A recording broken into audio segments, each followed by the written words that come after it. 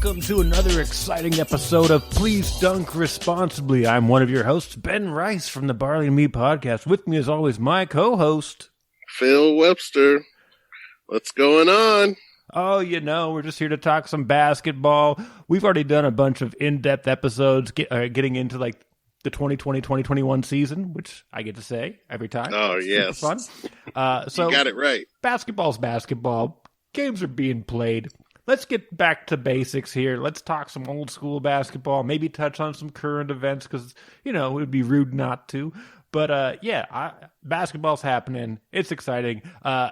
It's weird. Basketball's weird right now because I don't know if you know this. There's this virus going around. Yes. And it's morphing and getting worse. Even things are happening without people really knowing because it's hard to keep up because everything's on TV and nobody can go to things. And there was a lot, and there was election. There was kind of a big deal between two polarizing people. There was a lot going on in the world last month or so. Now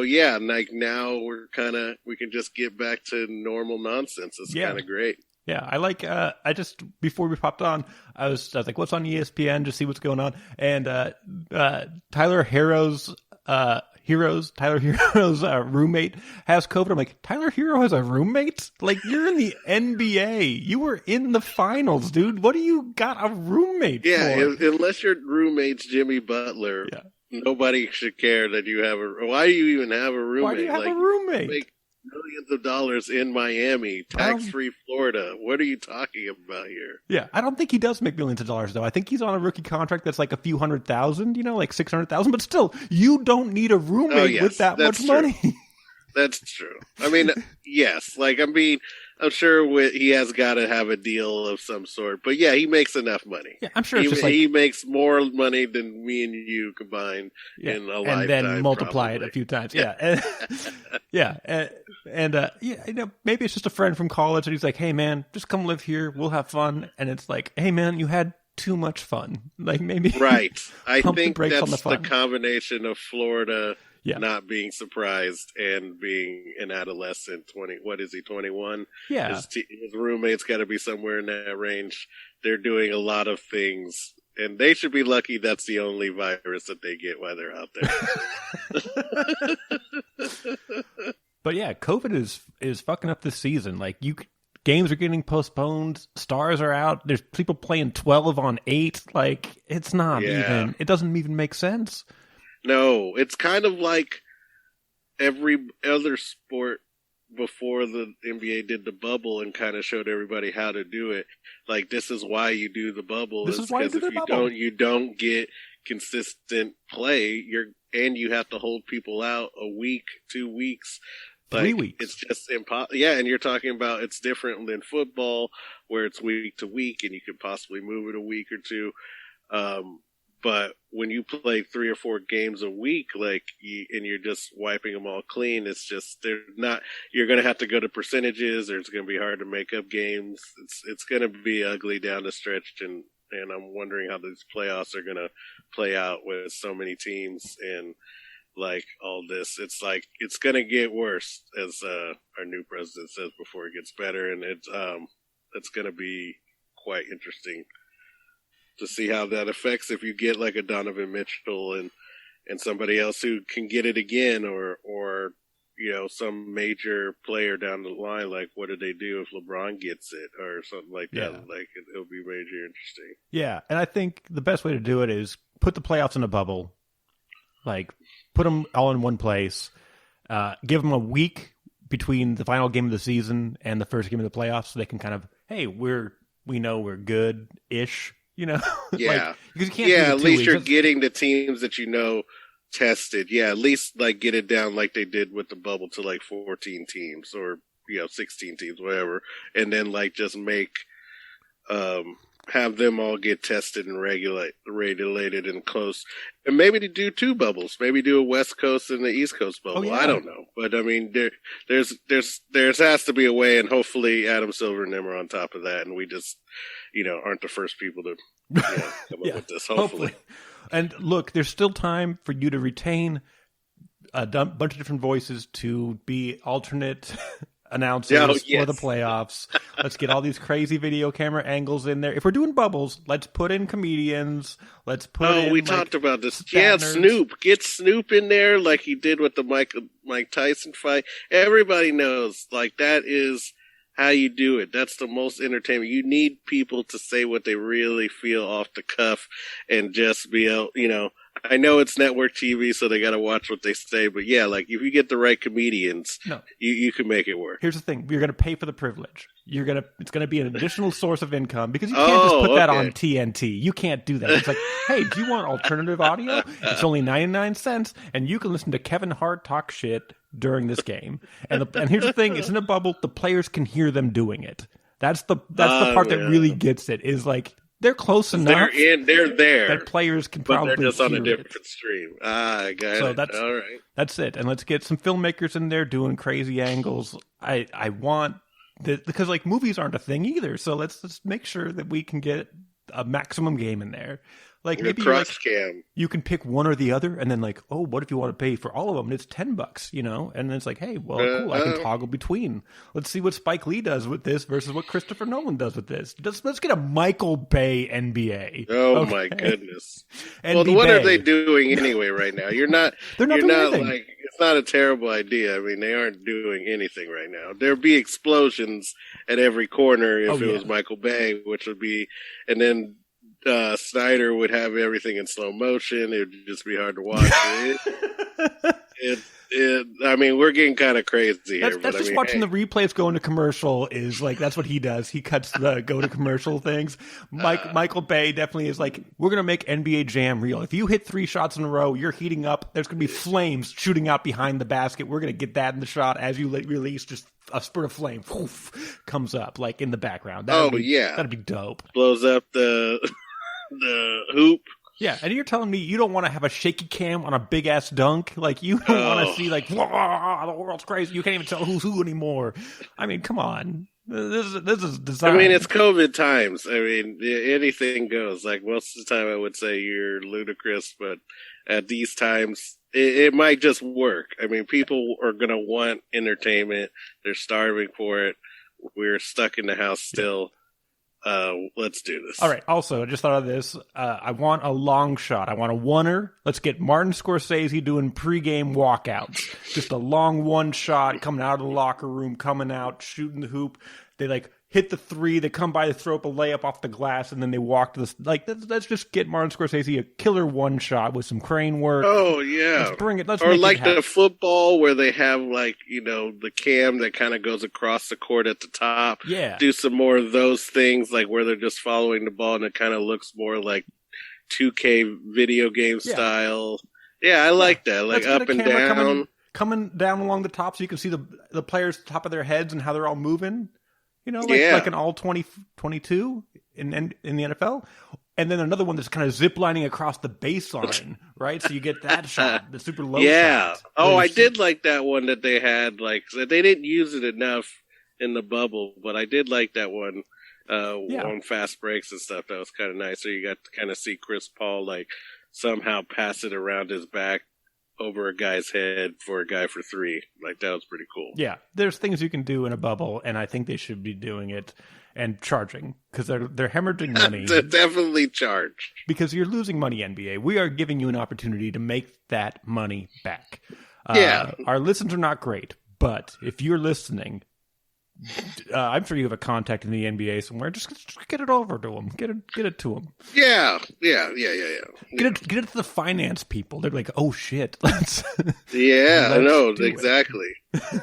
They got to do something. NBA.com, part of the league pass, whatever. You get like primary playoff coverage and your own play-by-play announcer. You get to choose. It could be Kevin Hart, like Chris Tucker. Name it, Bill Burr, whoever wants to get in it. And then Bill Burr can just, like, cuss every other word that has Boston Celtics as they choke it away again with all the talent in all the goddamn world, and they just can't get it done. Yeah, and you can test, like, former NBA players. Would they be good for on TV? Give them a chance. Let's see what Kevin Garnett sounds like when he's, like, talking about a basketball game. I'm pretty sure he's just doing your mama jokes. Yeah, I mean, he'd be... Look... Let's give him a chance, though. Let's see what Kevin Garnett's got. He was an actor. He was in Uncut Gems. Oh, dude, yeah, he was a killer. That movie was killer. I appreciated it a lot. It was like a 2-hour panic attack. Pretty much. You could in the time of that was just before COVID, and I remember watching that, thinking like that might be one of the most that was like watching like 10 seasons of Breaking Bad all at one time, like in a 2-hour span. It was just never ending, dark, intense comedy. It was great. It was great. I enjoyed it. I loved it, and I get why people never want to see it again. Like my girlfriend's like, I can't watch. It's like I love that. No. I never want to see it again. I'm like, yeah, I get that. I'll watch it again though, because it's like super even intense. With knowing the outcome, you can still enjoy the movie just because you're just like you're thinking in your head like, how do you get out of this? Like, stop doing this. Why do you keep digging in deeper? Yes. Oh my god, it's so great, so fantastically written. Such a character that you root for and yet despise. It is Adam Sandler as an adult. Like it's like, yeah, he was funny in his 20s and 30s, but like now I'm older and I don't want to see that. Yeah, exactly. So like I don't like what you do that anymore. You're unlikable. I like that he's kind of leaned into being an unlikable person. Like, well, I think he definitely leaned in that I have a base and I'm just going to stick with this base. I'm not going to evolve. I'm just going to ride these guys until we're all dead. Yeah. Like, I'm just going to keep making the same fart and pee jokes. Yeah. But then every 5 years I'll do one art film and I'll be like a super unlikable person. I'll do funny people. I'll do Punch Drunk Love, and I'll do Uncut Gems, and I'll show that I can act. I just choose not to. Right, exactly. All this other stuff is just so I can have fun with my friends and put them in movies and stuff like that. And people pay me for it, like Netflix paying me $100 million to make like 5 films. So, good for him. Hey, more power to him. Let's have Adam Sandler and Jean Lajoie just do funny songs as commentary during the end. No, we've gone too far. Look, here's yes. What are we drinking? That's a good point. This is Please Dunk Responsibly. This is a beer and basketball podcast. We should probably be drinking a beer. Don't worry, we have been. Oh yes, if you can't tell. Yes. So today we're drinking one of a can of a mixed 4-pack Black History Month collaboration brew day. It's a lot. Okay, so this is a 4-pack. There's a hazy IPA, there's a West Coast IPA, there's a red IPA, there's a black IPA. Did you know black IPAs are coming back? People are making black IPAs again. It's a real thing. Oh, it's amazing. Yeah, it's not just for the month. It's not a tongue in cheek. It's a real style. It's delicious. It's very coffee roasty. Yeah, it's delicious. Yeah, it's a wonderful style. It was very popular 5 or 6 years ago. Then it fell off entirely. Nobody was making them. I would say the best ones I'd had back in the day: 21st Amendment Back in Black. Roostaller Captain was like, people can say Roostaller's not great, and they're probably right, but Captain was legit. It was. They had 2 really good beers, I would say. 1881, their red ale. 1881.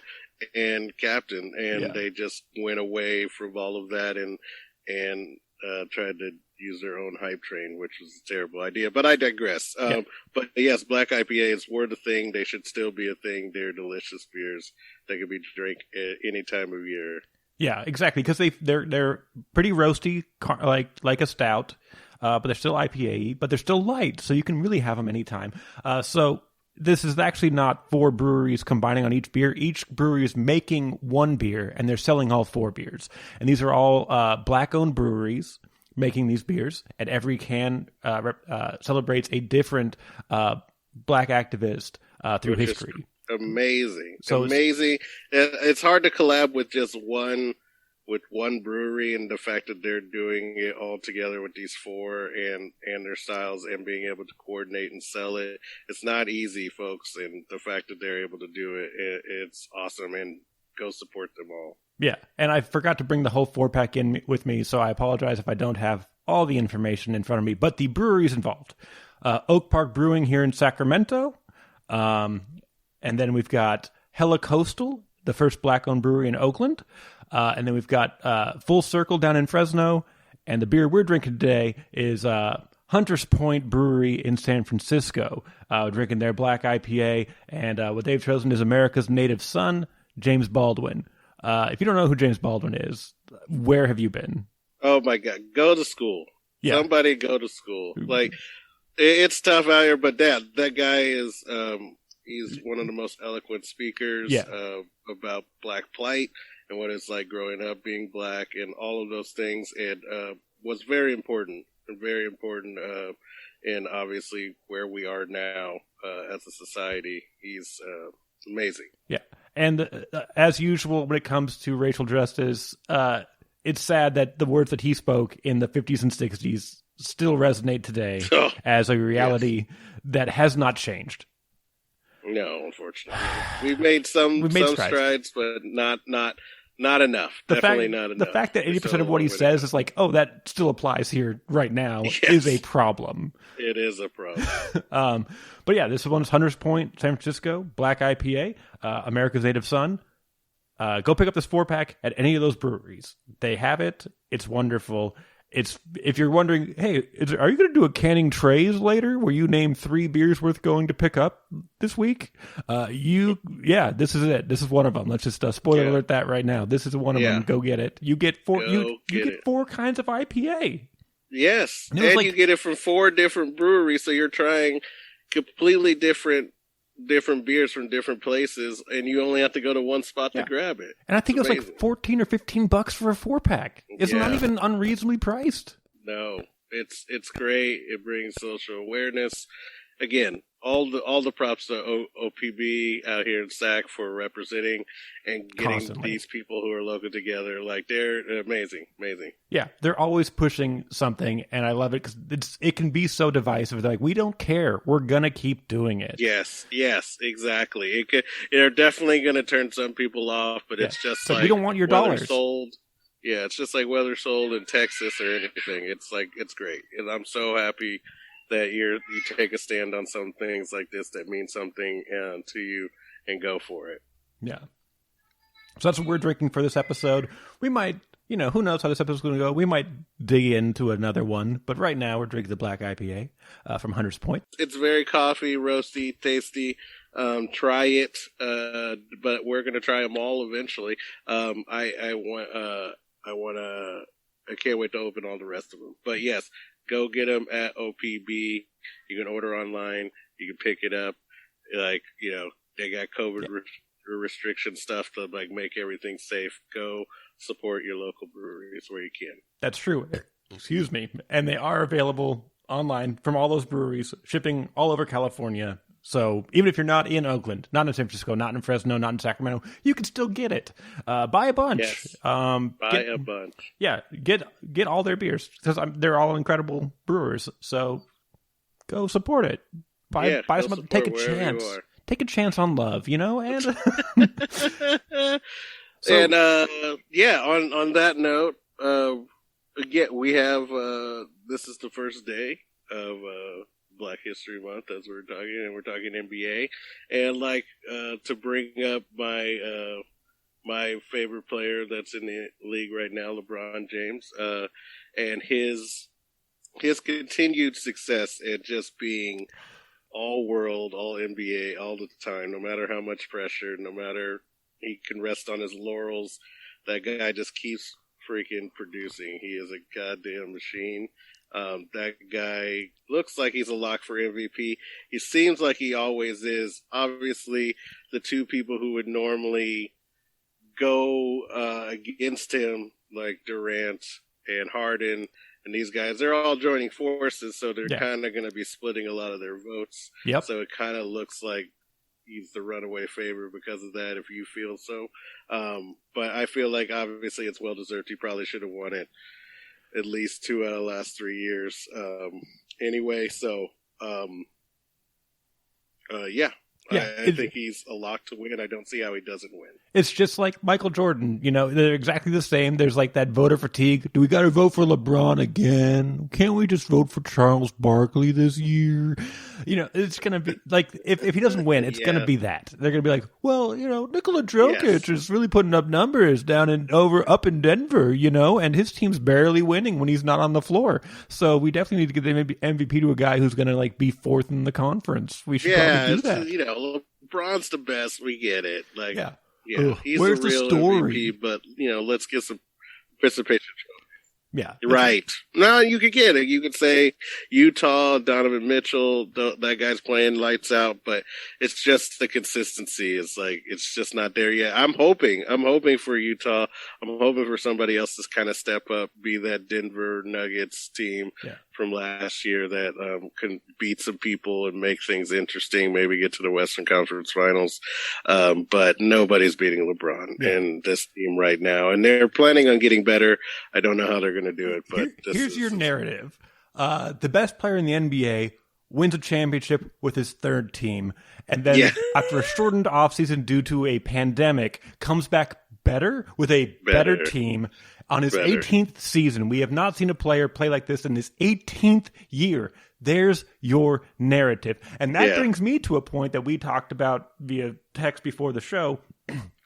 LeBron is now boring, right? 18 years, LeBron has been the star in the NBA. But in like 98, 99, 2000, 2001, 2002, 2003, 2004, the NBA had no young stars. They tried. They were like, maybe it's Stephon Marbury. Maybe it's Steve Francis. Maybe it's Allen Iverson, but he's too divisive. Maybe it's Dwight Howard. We could never find. There was this time where there was no young star in the NBA. We just hung on, like Vince Carter maybe, but then it turned out that he was lazy, But it's just because he hated being in Toronto. I think he was a one-note player for so long. He just, again, you can tell again what it takes to be the face. They can't make it Giannis. They can't make it these other guys because you have to be charismatic. You have to be, you have to put it up night in, night out. It's not everything you do on the court. It's what you do off the court as well. And obviously you have to consistently be in the playoffs and win championships. Steph Curry could do it for a little bit, but you could tell again, he needs a collection of people, which again, that's not a slight. It just shows what LeBron means to the NBA. It's like, he's underpaid and he's probably one of the highest paid players in the league, but he's still underpaid for what he means to the league. Yeah, I think there was some analysis done on like how much value he has to not only the team or the league, but also to the general world market in marketing. And they're like, LeBron James, even with all of his like money he gets for advertisements and labels production or whatever promotion, they say that he's making 1/4 what he should if he got the percentage that he deserves for what he does to the market. He's underpaid by 75%. That's amazing. And he's still one of the highest paid players. And he said, and he's going to be the $1 billion athlete that he wants to be, if he isn't already. And, that guy's amazing, but I digress. But also the Kings are looking great. Our local team here, they're playing some really close games, seem to be getting cohesive in some way, shape, or form, playing very good. They lost, a tight one to the Heat last night in a back-to-back where they played Toronto the night before and pulled out a win. They're great. Like, they seem like they're gelling. I don't know. Again, I think I still have them on the fringe playoffs, they're 9 or 10.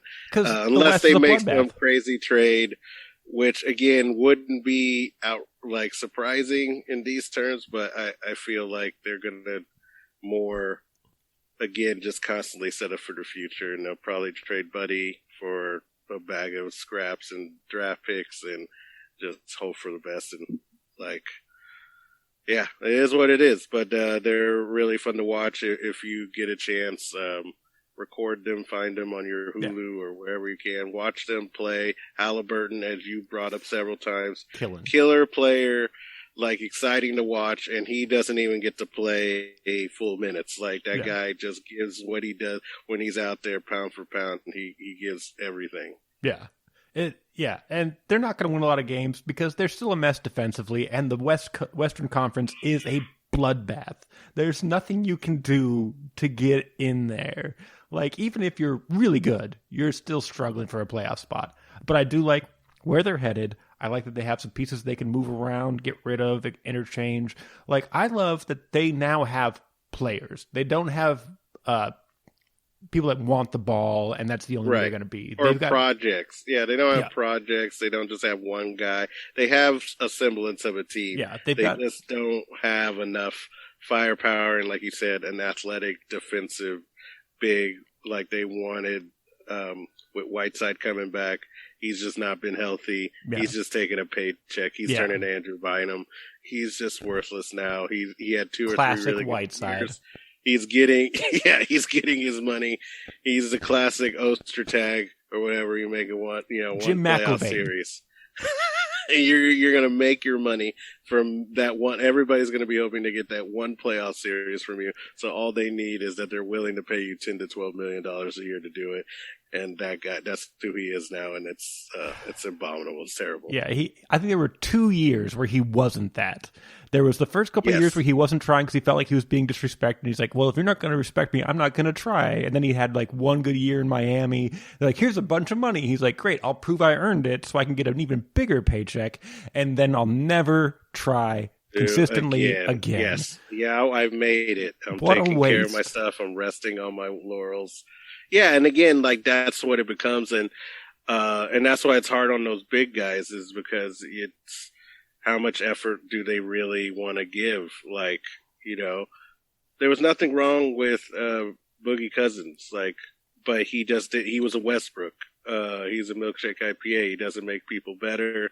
He'll get you a double-double, play no defense, and then cry that he lost down the stretch as he takes on a double-triple team in the last minutes of the game instead of passing it to two open players. And, but yeah, then you have Whiteside, the antithesis that just takes money and just is like a bag of crap. Yeah. Just an absolute bag of crap. But now they've got players that can play and that have basketball IQ. They may not be elite athletes necessarily across the board. Like De'Aaron Fox is an athlete who's getting his basketball IQ. His jumper's still kind of janky. But Tyrese Halliburton you and can tell he Holmes, wants to win. Yeah. He wants to win. He has that mentality. He just needs some help. I don't know who you get, but you got to get lucky. Like, I mean, again, like Jokic, and how Denver and everybody, and they did it, but they created with the coach that the Kings were supposed to have that was going to make them a defensive minded team. And a guy that I wanted them to take, Michael Porter Jr., did not get him either. And so now here we are with bad choices. I am never going to be unmad about the Kings firing Mike Malone. Oh. They're like, oh no, our star player is injured and we started losing before he even comes back on the floor, even though he's like a week away. It's like, his firing fault. The coach. It's his fault. The one time that Boogie had somebody he listened to and respected and then got hurt, they fired him before he gets back on the floor. He gets hurt. And then you're just like, fine, there's no reason to keep you can't rally these guys when it's like they lost their best player, the guy who gave them 25 and 10, and you're gonna tell me like if they can't win games without him, or you got your trash coach, like get out of here. He's like, fine, I'll go somewhere else and consistently be a top 4 team in one of the toughest conferences in basketball history. It's not a surprise. He had a chance to build the draft. He got it through the draft. They got lucked out with Jokic. They got Murray ended up being like a killer player. And then they just keep getting embarrassment of riches. Yeah. Players are falling to him. He preaches defensive consistency. He may not have the best defenders, but he's like, you've got to do your job. And I'm going to make sure I put you in a position to succeed with what skill sets you have, which is what a coach needs to do. And the Kings, of course, don't see it because their management has been truly atrocious. Forever. God damn it. So I'm also a Raiders fan, so I know all about mismanaged teams who don't understand how the game works and how players work together. So I can see it. I'm like, this this has a lot of Raidersiness to it. It starts from the top. We are together. very clear. It's not all about money. It's about organization, and it's about knowing what you want and getting those pieces and having some luck. But like, you can do it, and you could be the Warriors, right? And it's like, and then you're good for 3 or 4 years, and then the luck runs out, right? And then you have catastrophic injuries, and then you never know if you're ever going to be that same team again. Or you could be the Spurs, who are constantly good or constantly in it for 17 years, like, and just plug and play players and have a system that's like, Belichick of the Patriots, or, whatever. Like, you can do those things too and get really lucky. It's just how you choose to build your team. Or you could be the Kings or these other teams who just cannot get it together. Even when they get it right, they get it wrong. And good Lord, man, they had the second pick overall. Like, and look at him now. Like, I just can't even. This is gonna just make me like just go ballistic and nuts. I don't want to talk about this anymore. Yeah, okay. But yeah, like they're playing good enough to watch. Watch some of their young players. See if you can figure out who they're gonna keep, who they're gonna trade. It seems like they want to get rid of a couple big guys. We'll see what happens in the trade market. Now, apparently, Marvin Bagley. We did a hashtag bag on Bagley. Seems like he's kind of coming around a little bit, which is nice. Nobody wants to see anybody fail, all right? Nobody wants to see people fail. And it's nice to see growth within the organization. Maybe he doesn't need to change the scenery. Maybe he just needs more time and maturity and, like, seeing that the bigger picture is coming into focus. Because I think maybe part of the issue was he's like, this team's going nowhere, and I'm mad. Right. I think it's expectations, right, too. Like, I think he came in second pick overall. Oh, I'm going to have a major role. And he kind of did. And then the coaching kind of staff was changing. COVID happens. How much are you really participating with teammates? Are you trying to, be involved with them? Or are you just trying to have rap battles with Damian Lillard and getting smoked? Like, what is your real true ambition here is to be really good. And I think, like, he doesn't necessarily, like, he needs to just figure out how to fit in to what De'Aaron's doing, and De'Aaron will find him. And I think that's what they always wanted, but I think, like, he's not accepting that as, like, you need to get me the ball, like, instead of, like, I need to get open, or I need to, make a play on defense to get the ball on the offense. But the last few games, it seems like he's coming around, so that's nice. Yes. Yes. So, great. Good. Maybe we keep him. I'm not against that. If he's going to play like he's been playing the last couple days, sure. But if he's going to go back to what he was, like, well, and I know you hate Buddy Hield, truly despise Buddy Hield as a human being, let alone a basketball player. I don't know about that. I think he's fine. He could be a fine human being. He's another guy who doesn't make your team better. He's an accessory. He's a 3. He's a glorified Caldwell Pope. Who's now good. I've always he's good, right? But he's found his role. Yeah. Like, and I think, like, that's what Buddy did. Like, I think Buddy had a good time coming off the bench, like, last year, because it was good because he was the focal point of the offense on the second team. But it's like, if you want to be first team, just because we pass it to you doesn't mean jack it up. Like, you have to get other people involved and then motion and stuff like that. He can't score off the dribble like he did in college and all that stuff, but I really loved. And I was really hoping that we got him when we still have Boogie, but he doesn't really work without, like, a big guy to get all his bricks off. Gobble him up. That's kind of what they need, is like a really, physical big guy, but I don't know what's out there in anytime soon. Yeah, I'm like, is Nurkic around? I know he's hurt. Maybe you can get him on a pretty decent. He's got a big contract though, so, like, it's going to be a really big contract. And they're right at the is he worth the draft picks you'll probably have to lose to do it? I don't think he is. I don't know. Just the health, like, is an issue. Like, 3 years in a row. Yeah. You need a Jokic to fall to you somehow, like, in order to help De'Aaron. Like, and I don't know how many of those guys are there. Look, we're already bad defensively. Let's just go ahead and do it. Let's get Enes Kanter to gobble up those boards and pound the paint to death. Let's do it. Yeah, don't give me Al Horford. I don't want that man. Old. Like, don't give him to me, and I don't want that atrocious contract unless somebody's paying half of it. Like, I'm not, unless they're sending $15 million. What about a Paul Millsap? Still defensively valuable, a little bit more ground bound, but he's an all around performer. Good high post passer, decent shooter. Also old as fuck though.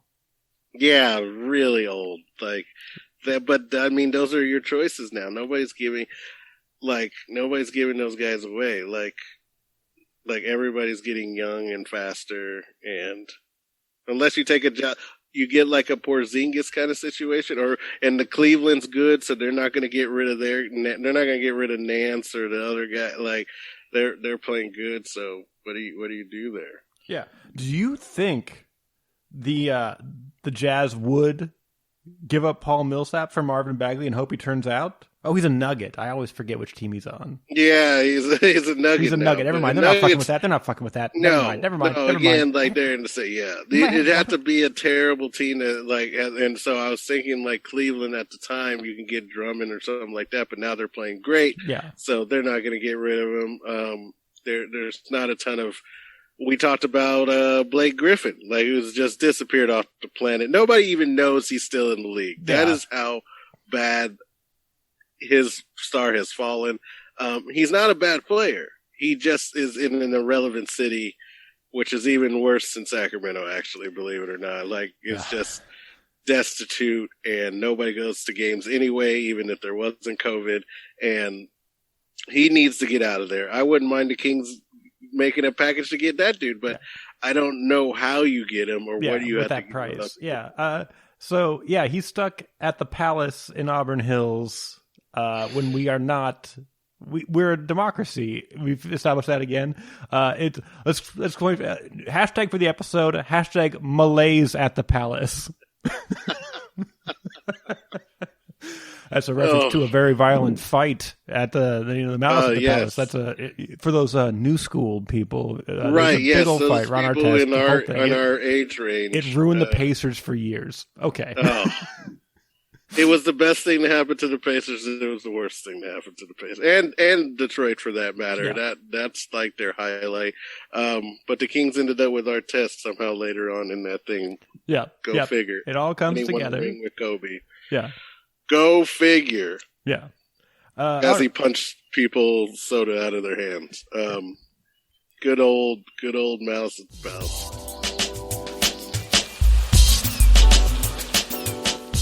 So, Canning Treys. All right, let's do it. We've already established our first one. It's that mixed 4-pack. Black History Month IPAs, Black IPA, Red IPA, West Coast IPA, Hazy IPA. It's Oak Park Brewing, it's Full Circle Brewing, it's Hella Coastal, and it's the one we're drinking today from Hunters Point in San Francisco, the Black IPA. Everyone does a different activist. There's information on the can. There's cool artwork from Milton 510, an artist down in Oakland. It's killer, and it's cheap. Killer. Everybody involved did a great job. It's amazing, and that's hard to do. And again, the fact that everything came out so smoothly. The beers are great from what we've had so far.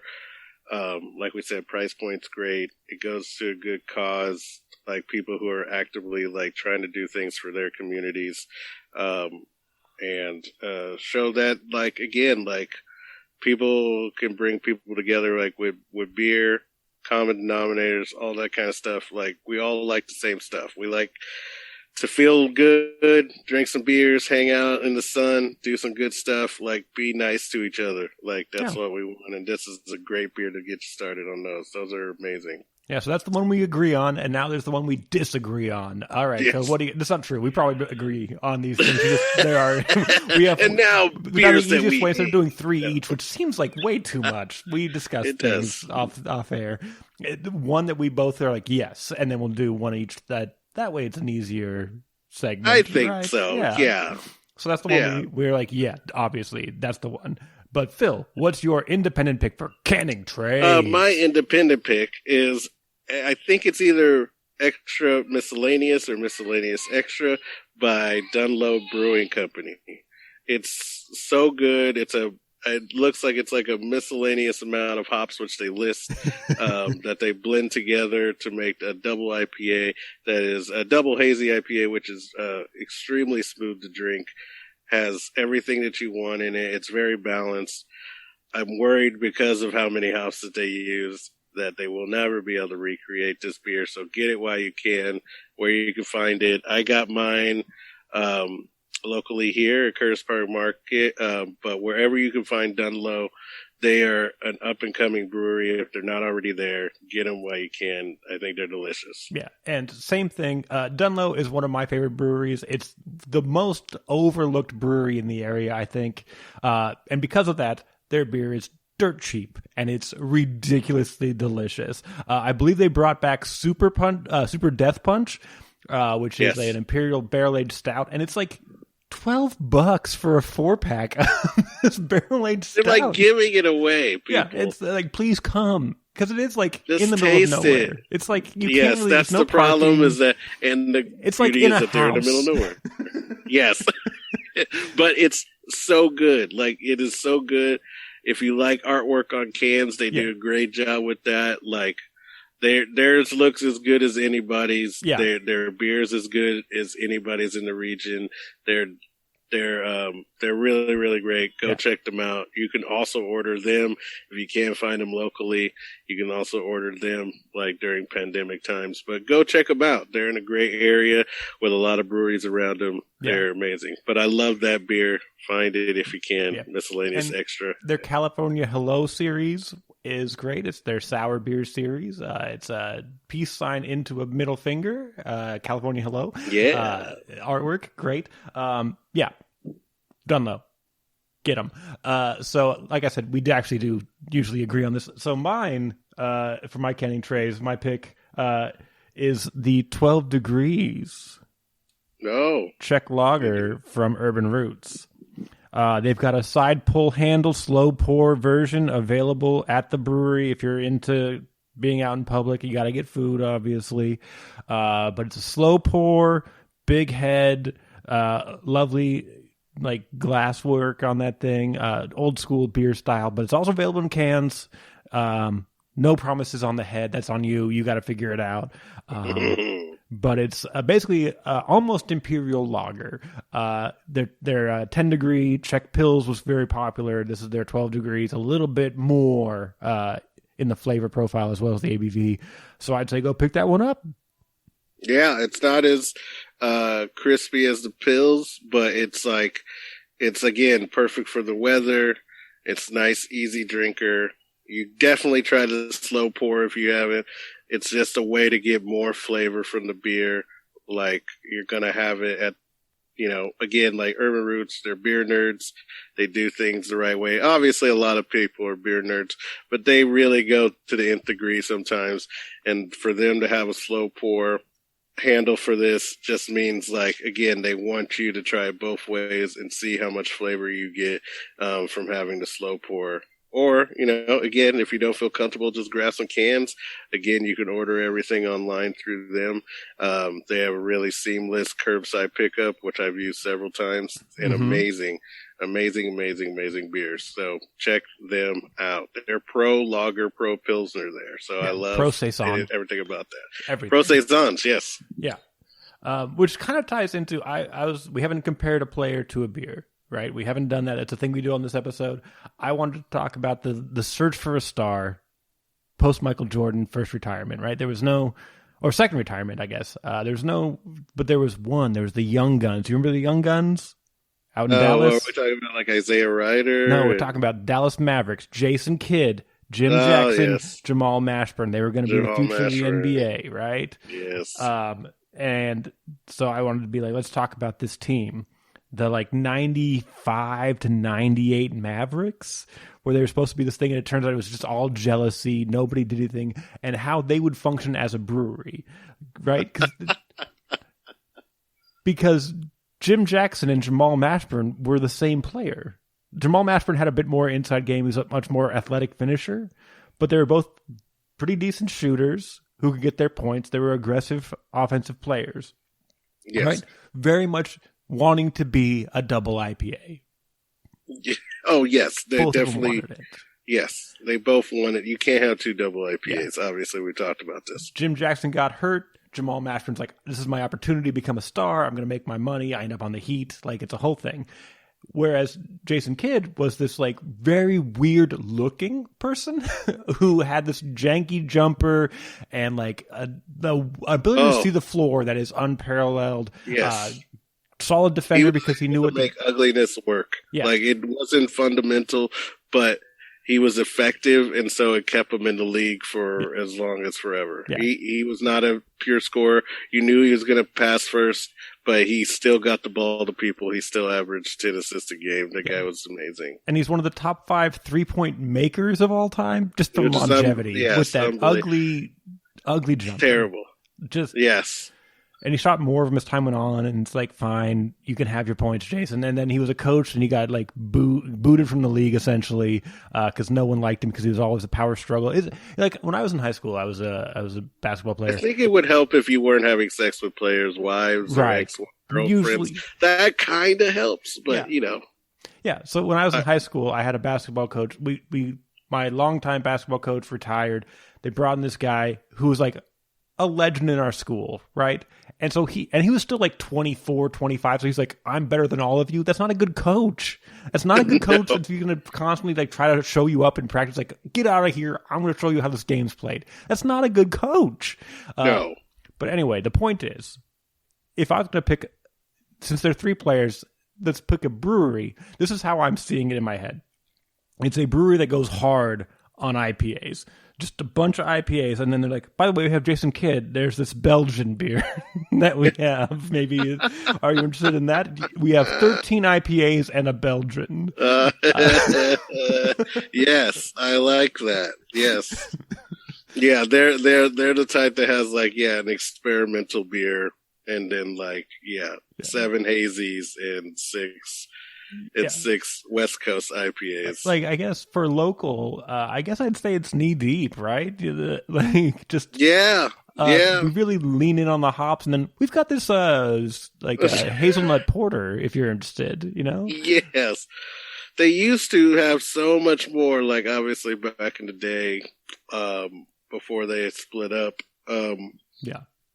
Is that they were doing like killer beers. Speaking of, I'll tell you that just beautiful brings up my black IPA that I love. They did Midnight Hoppiness. That one was easily the best black IPA I'd ever had. I don't think they make that anymore. I'm pretty sure they don't. Yeah, there's no reason to. It was incredible. God, I missed that. But yeah, that I would say that's them, is that they kind of do like just IPAs. And again, like they're great. They have a place in the beer universe where you can go there and get $5 pints whenever you want of whatever different hop series of IPA that the West Coast that they have. Yeah. They're going to have 6 of them. So you're going to be in luck if that's what you like. Yeah. And to be fair, they also had a Hoptologist, a massive double IPA, one best double IPA at one point. And now you kind of, it's very Jamal Mashburn, you know, it came out hot. It's like, this is incredible. Yeah. They're like, this is going to beat Jordan. We're going to give it more time and make it like our focus. It's like, he doesn't really hold up to like that supreme focus, but it's still a good beer. You know? I still enjoy a Hoptologist fresh. I still, when I see one, it definitely reminisce. You got to check that date. Yeah, check that date. Always check the date. The one downside of the Dallas Mavericks of beer, knee deep, is they are an international brand, and they definitely focus on making sure that the people that are not Sacramentans get the freshest canned and bottled stuff, and then the remainder trickles out into us. Because like, I think it's, you know, I historically have talked shit about that process, but I'm like, to be fair, we're in Sacramento. We should just go to the brewery and get it fresh. That's an option for us. And so if you're going to a store to buy knee deep, you kind of deserve the older product. You have to think of the supply chain and how long. Why would we get the fresh stuff? We can go get it. You can go. Yeah, you literally can just go there. Especially when it's somebody pretty local. You should be ashamed of yourself. I would say my guy I wanted to talk about was De'Aaron Fox. Okay. And I was actually going to bring up another point that we had just talked about I was going to say 12 degrees. It reminds me that I know we talked about point guards being the Pilsners, the rocks, the ones that just are solid across the board to do their things.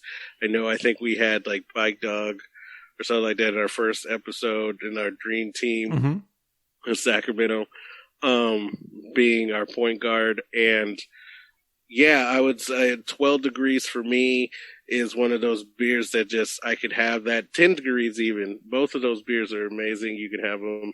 I always like to start that day unless I'm just planning on getting annihilated.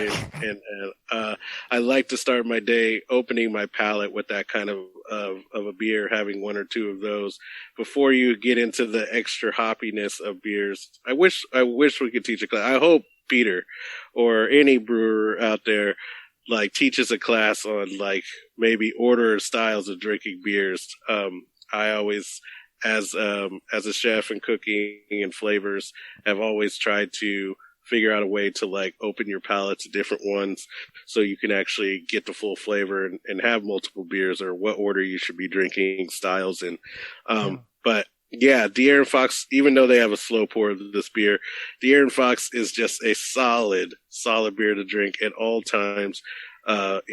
He's great to watch. You can see the maturation of him.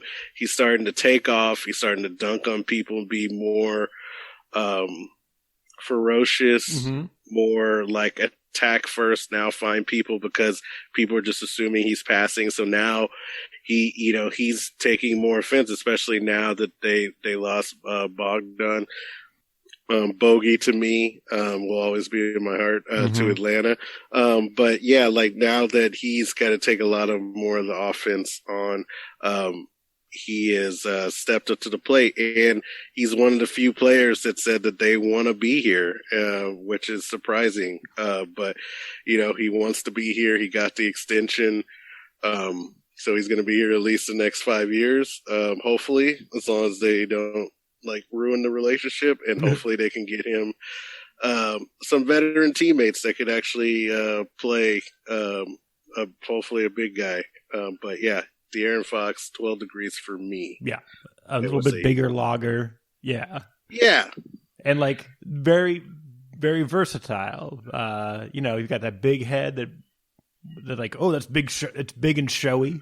And then it kind of simmers down. You're like, oh, this is still a nice player once you get past all the aggression that he's putting forth.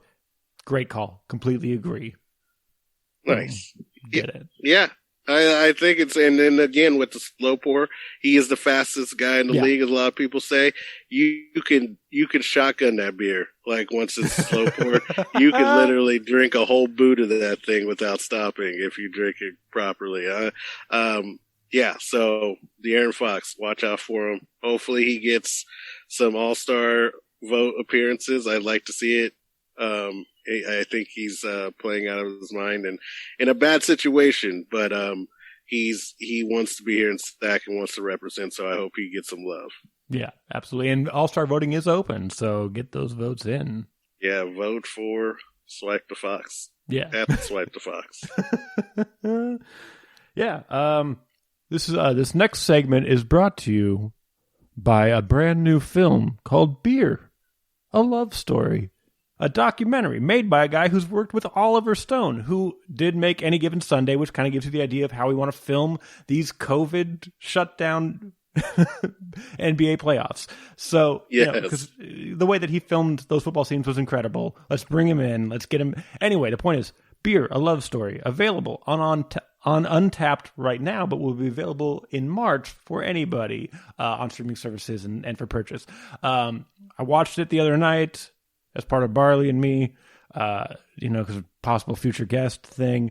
And that it's about the current beer market, beer climate, but they focus a lot on the European side.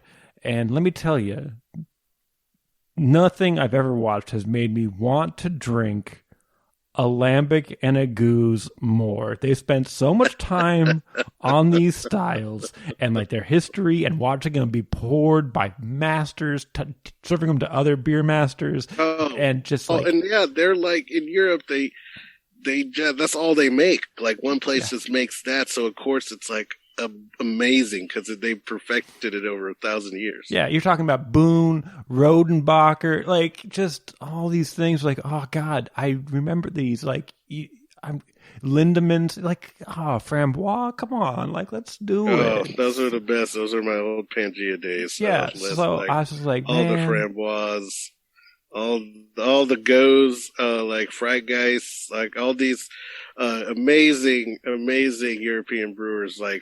Opening your mind to it's not just IPAs, people. Like there's a ton of different styles. Like we obviously try to focus on locals here and promoting them, but definitely like anytime you can, check your local stores, your local craft brew shops for these styles. Like they're amazing. They travel well.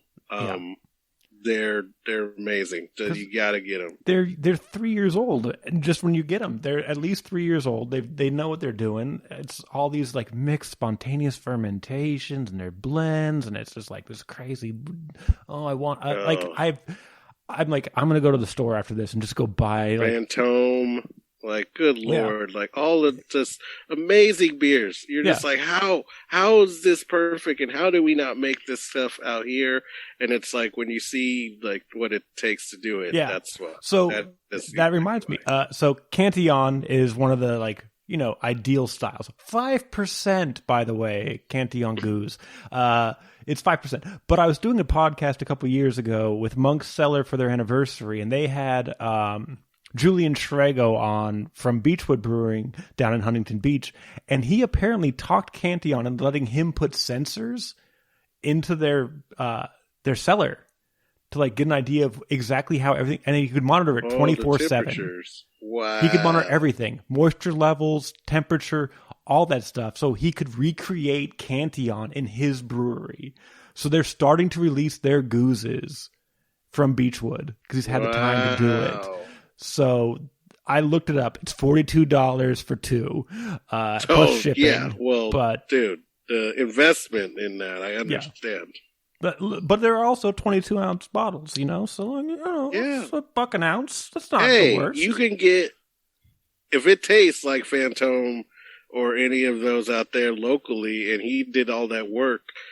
Yeah, eventually they won't cost as much because it will have a backup of a lot. But that's a lot. That's a painful baby to pour out like there. Like, but I would do it. I would definitely do it. We should do an episode where we do it. Yeah. So the point is, it's time for Is It the Gueuze?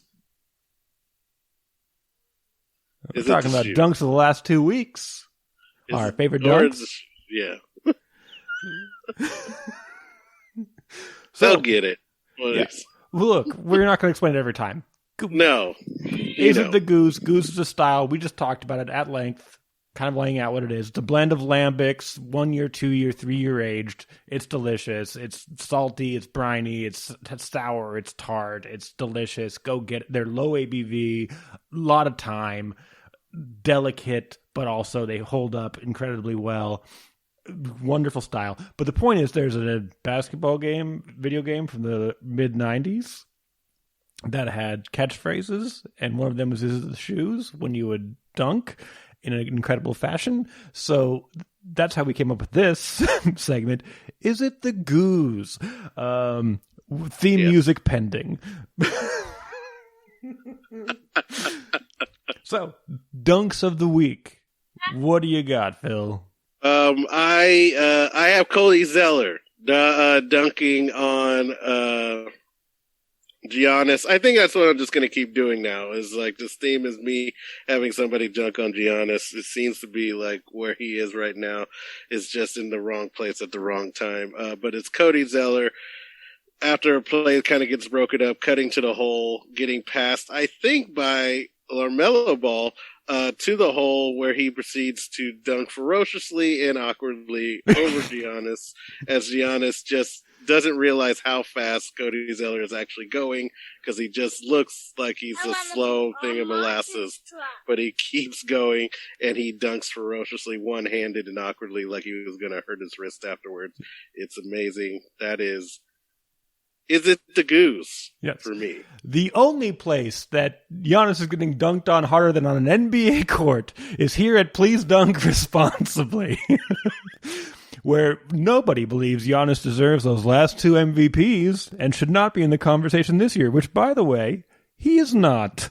The Bucks are Chris Middleton's team, and the world is learning. I think people have learned that he is a one-trick pony, maybe 2 tricks, but like it's just not enough. Like you said before, Chris Middleton is really the MVP of that team. He's more versatile. He means more. He scores probably more points per minute if he had the ball more. All of those things. So not Giannis for MVP. Hashtag get Giannis out of there. Yeah, and just a reminder for people who have just checked in, Is It the Gueuze? We assume that Giannis and LeBron had incredible dunks. We're not going to bring them up. They've probably had an incredible dunk. Yeah, those are too easy. Yeah. If I want to see the other way around, that's fine. If you want to show, somebody dunking on those guys or have anything, send that to the hashtag Is It the Gueuze? Yeah. To Please Dunk Responsibly. And my Is It the Gueuze this week, it's an alley-oop. The Atlanta Hawks, the young upstart Atlanta Hawks, it's not an alley-oop from Trae Young. It's their backup point guard, Kevin Huerter, throwing it up high to John Collins against the Wolves. I'm pretty sure John Collins got backboard going up for that thing. He went up to the top of the board, threw it down over the Wolves. Great timing, great leap.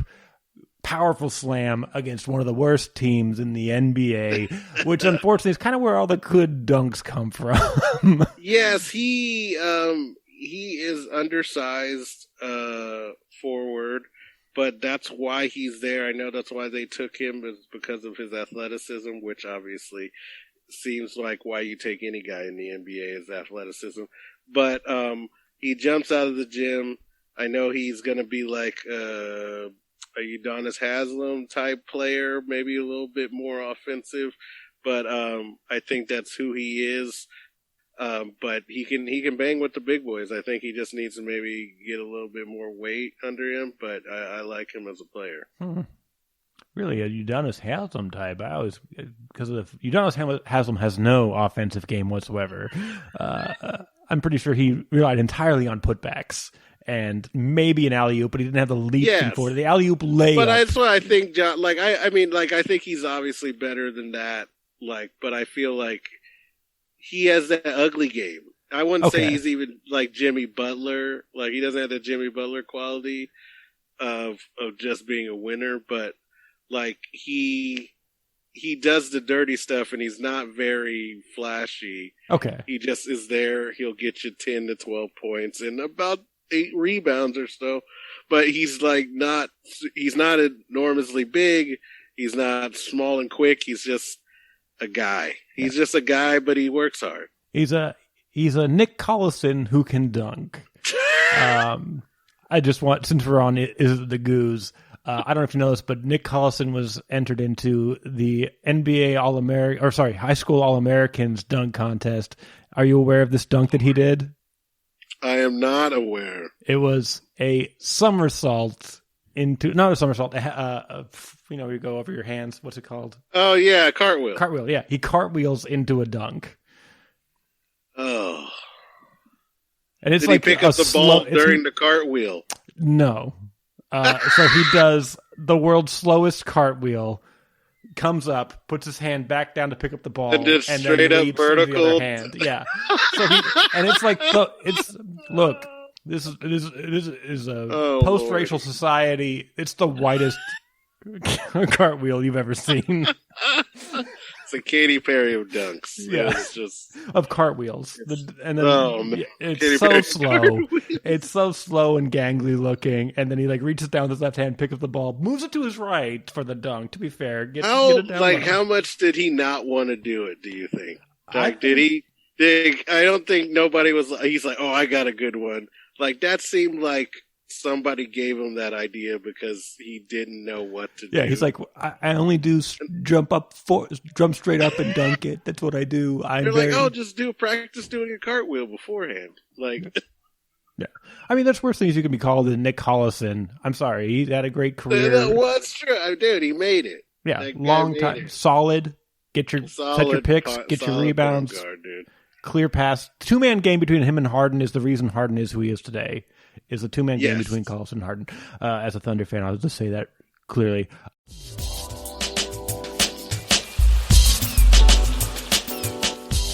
Anyway, do we want to talk any old school basketball before we get out of here, or are we good on time? Because as you can tell, listeners at home may have noticed the last segment. That there's I am getting interrupted quite a bit. Yeah, let's go. We can go for it. Let's do a 5 minute thing. Let's go. All right, 5 minutes on how the NBA could not find a star in the late 90s and early 2000s. All of our wannabes. We got Tracy McGrady.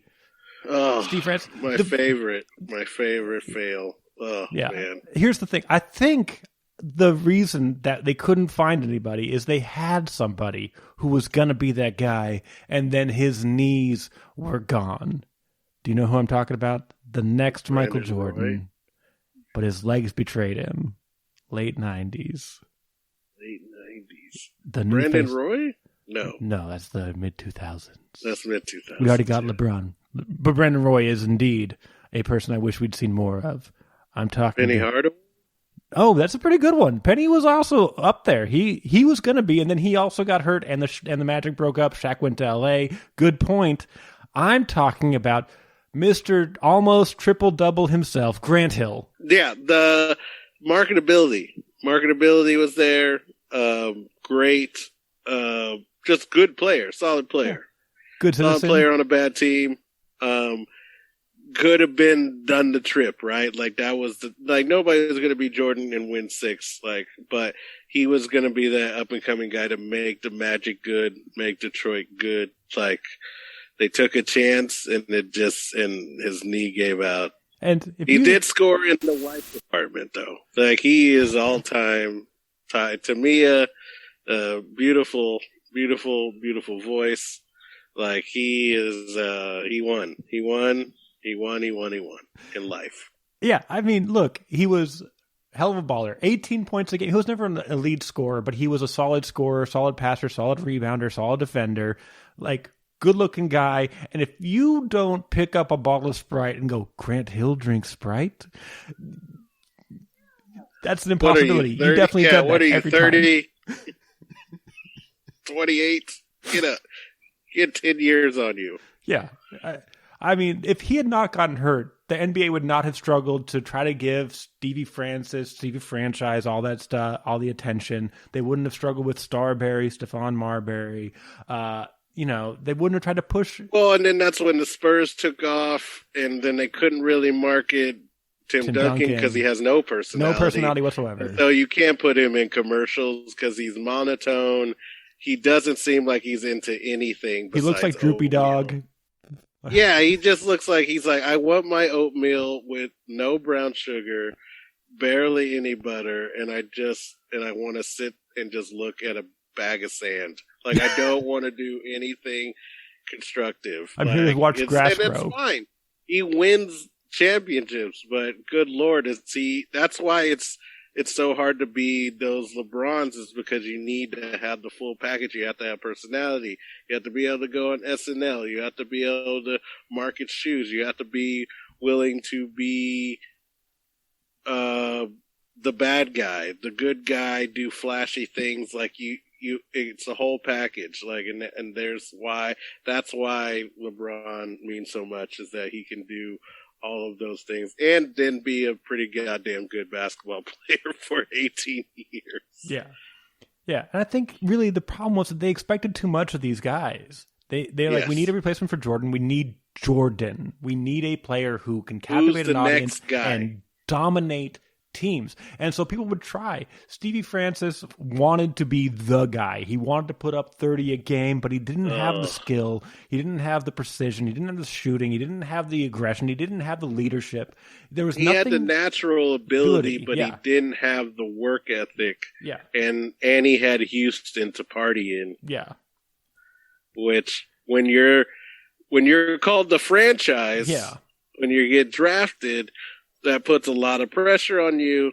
That again is talking about a guy who went from not having a lot of money to having absolutely amount of money and having all access to women and other bad decisions throughout your career. Like, of course, like it's amazing that more of these guys don't fail because of how quick you flip the switch and you just have all this money and accessibility.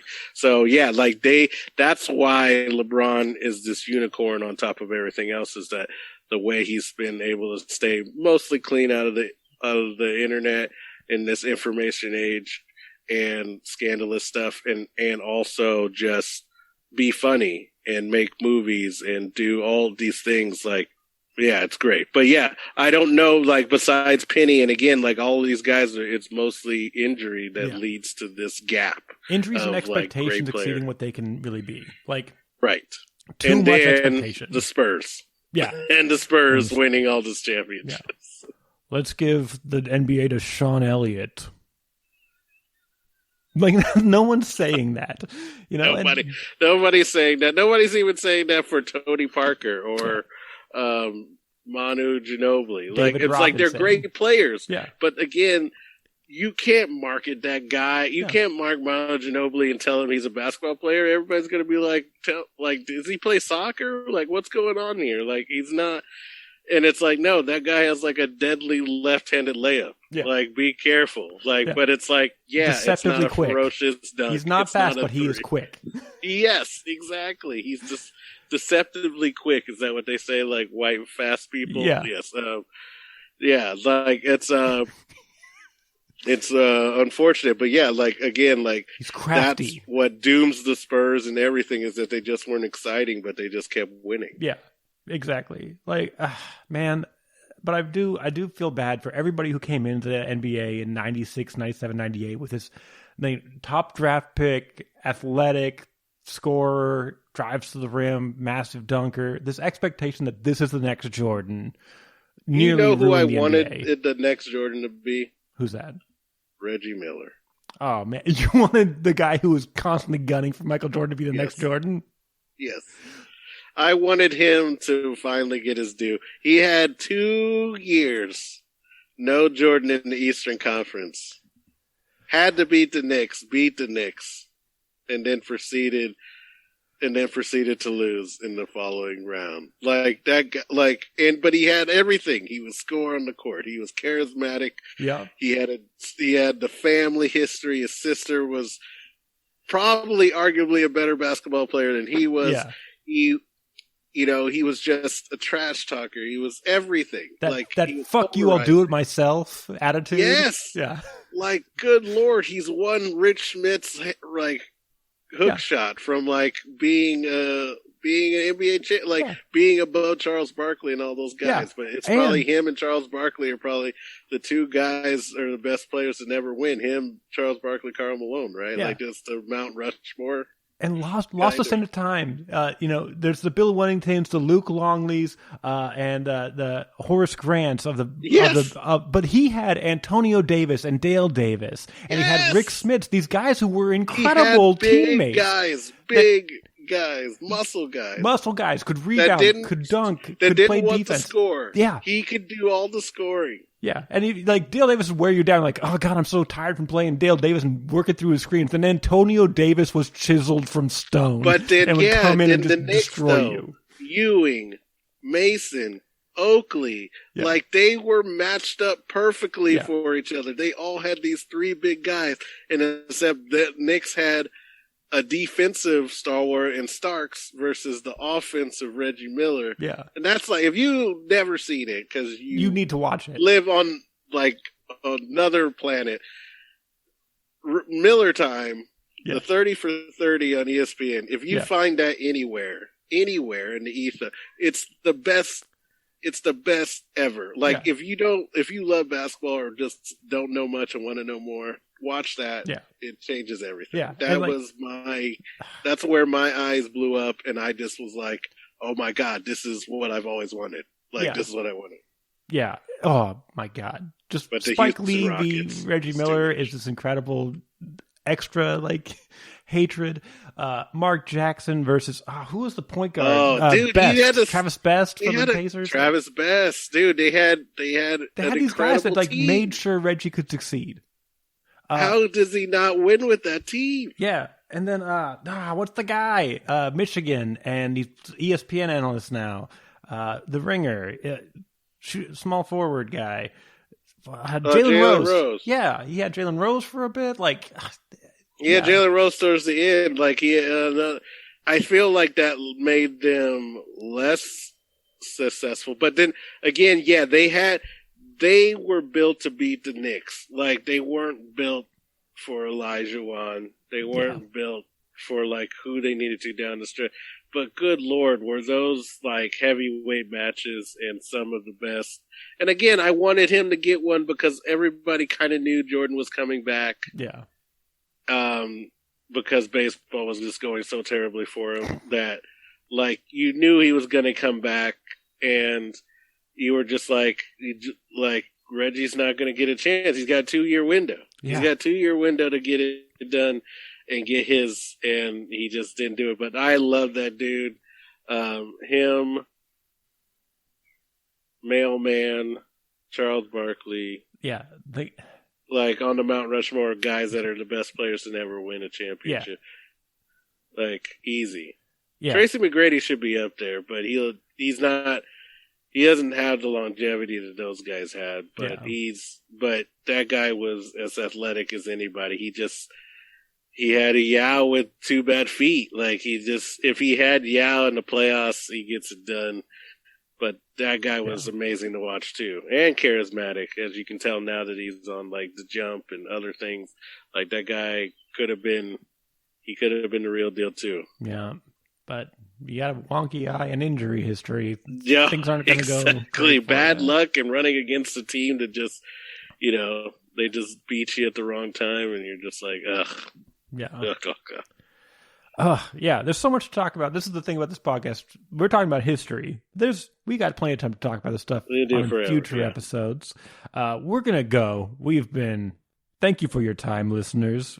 If you want us to continue on one of these threads, I'm down to do so. So please let us know. We've got some other topics we didn't even touch on our notes. Oh, yeah. We can go forever. Plenty of time. And we didn't even get into a lot of, new league stuff. But anything you guys want to talk about, hit us up. Yep. We'll Tell talk them where about to get us up at. We watched so much basketball as children. We're ready. Yeah. You bring it up. We got you. Slide into our GMs if you have any trades that are coming up that you want to talk about. Westbrook, we didn't even get to that. Yeah, we didn't even get to Bradley Beal going somewhere. If you guys know trades, put them in the trade machine, send them to us. We love to hear about them. We love to work out trades. That's what it's about in these fantasy days. Yep. So let's make it happen. You want us to compare a player to a beer? We'll do it. Pick a beer. We'll find a player to match. We'll do it. Breweries. Yeah, we'll do most of the work. Yeah, which is no work at all, but we'll do it. Yeah, and speaking of sliding into those GMs, you can follow us on social media. Twitter, Please Dunk Pod. That's PLZ Dunk Pod. On Instagram at Please Dunk Responsibly. Responsibly, RESPONSIBLY. Please, spelled out properly. PLEASSE. Google responsibly. Yeah, it'll get you there. Yeah. Google Please Dunk Responsibly. It'll autocorrect. It'll get you to us. Yeah, you listen to the podcast, so you know how to spell it. It's right in front of you. Yeah, I would assume. It's right in front of you. Give our listeners some credit, please. Yeah. But also our personal accounts. You can follow me across social media at Barley and Me Pod. That's Twitter, Instagram, Facebook, all that good stuff. And Phil, where can people find you if they want to slide into those GMs? Culinary Lando on Instagram. basically. And then, we're on all of those social media platforms. You can find us at your local brewery and pubs. We're buying beer. We're supporting our local pubs everywhere we can. And keep buying beer. It helps them all join their brewery clubs if they have those. I know Flatland has one that they just came out with. They just had their 5th year anniversary. Cheers to Andrew. All that good stuff. So, yeah. And of course, please dunk responsibly at gmail.com. Also a way you can hit us up. I did check the socials, see if anybody hit us up with player to beer recommendations while we were here. Nobody made a recommendation, but they did want us to put on the air Daniel Lesage, who is the moderator of the NA Beer Aficionados Facebook group. Because of medical issues, he can no longer consume alcohol, but he still loves beers because NA beers. He wanted us to know that he thinks an easy beer pairing is LeBron James is Arrogant Bastard. No. Rude. Well played. Well played. Well I assume because he's bold and hoppy and holds up after 18 years on the market. That's what I assume that despite the name. Yeah. I'll just say that. Sure. It's like, oh, this is very complex. There's a lot more to this beer than I remember. It's a bit maltier and thicker, chewier. It's just getting sturdier and sturdier. No, it's just it's like a fine wine. Yeah, clearly what he meant. Nothing to do with the name of the beer. So that's what you do. You just hit us up. We'll put it on there. We don't have a lot of followers right now. We're like 90% chance you're going to get on the air. Yeah, we will find your email. Don't worry. We'll not get lost in the shuffle. Yeah. So that's it for this episode. So thank you so much for listening. I'm one of your hosts, Ben Rice from the Raw Me Podcast. I'm Phil Webster. Reminding you to please dunk responsibly.